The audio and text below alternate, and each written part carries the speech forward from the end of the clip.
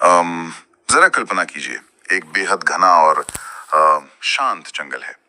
सालों से कुछ लोग दुनिया की नजरों से दूर वहां रह रहे हैं। हाँ, और उनके साथ एक ऐसी महिला है जिन्हें एक अजीबोगरीब वरदान मिला है।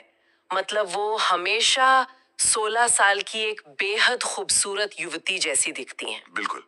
अब सोचिए कि कोई अजनबी वहां आकर अचानक उन लोगों के आत्मनियंत्रण पर एक ऐसा वर्जित सवाल पूछ ले।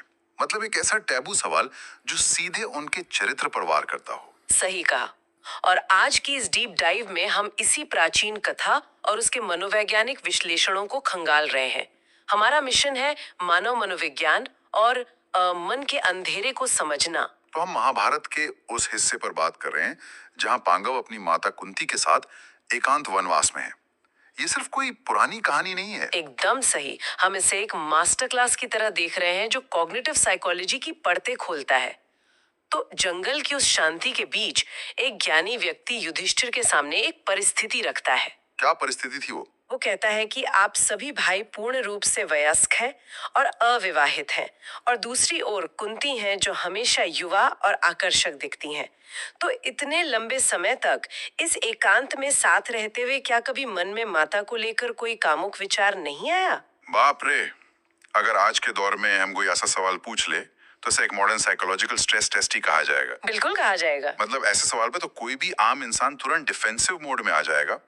मुझे हैरानी इस बात की है कि युधिष्ठिर तो धर्म के प्रतीक माने जाते हैं। हाँ, तो उन्हें क्या करना चाहिए था आपके हिसाब से? उन्हें तो भड़क जाना चाहिए था, या सीधे इस बात को खारिज कर देना चाहिए था कि अरे तुम ये कैसी बकवास कर रहे हो। लेकिन अगर वो क्रोधित होते या वो सीधे इनकार करते तो वही उनकी सबसे बड़ी मनोवैज्ञानिक हार होती। मनोविज्ञान हमें बताता है कि हमारा अहंकार सबसे पहले असहज सच्चाइयों को नकारता है। अच्छा, तो उन्होंने रिएक्ट कैसे किया? युधिष्ठिर के चेहरे पर उस सवाल को सुनकर थोड़ी शर्म जरूर आती है, जो कि एक बहुत ही स्वाभाविक प्रतिक्रिया है। जी। लेकिन वो अपना आपा नहीं खोते।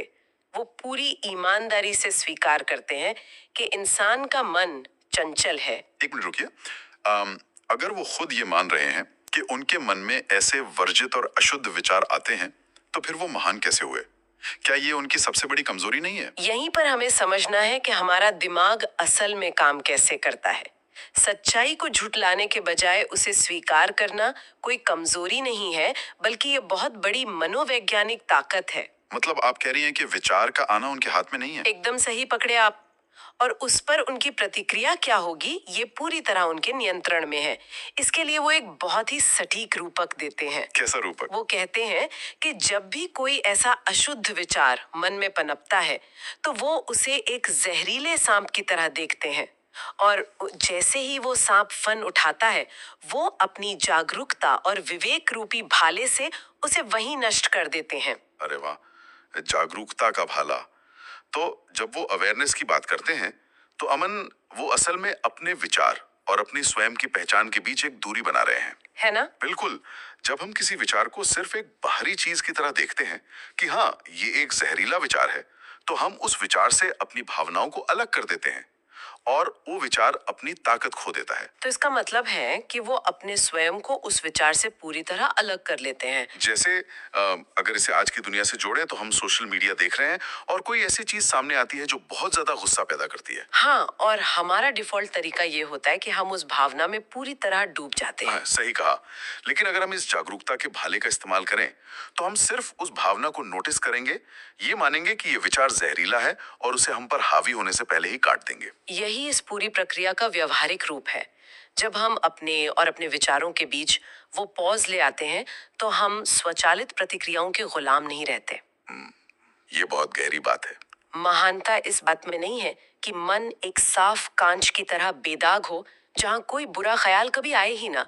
असली महानता उस अंधेरे को पहचानने, उसे स्वीकार करने और अपनी जागरूकता से उसे जीतने में है। ये एक दुर्योधन मन से युधिष्ठिर मन में बदलने का मार्ग है। सच में इससे तो पवित्रता की वो पुरानी छवि पूरी तरह टूट जाती है। मन कोई शांत आश्रम नहीं है, बल्कि एक युद्ध भूमि है जहां हर रोज लड़ना पड़ता है। हमने ये तो समझ लिया कि जागरूकता ही वो भाला है जो मन के जहरीले विचारों को खत्म करता है। लेकिन हम सोचने वाली बात यह है कि आज के डिजिटल डिस्ट्रैक्शन और सूचनाओं से भरे इस दौर में उस भाले की धार को लगातार तेज रखने के लिए हमें अपने दिमाग को रोजाना किस कसौटी पर घिसना चाहिए?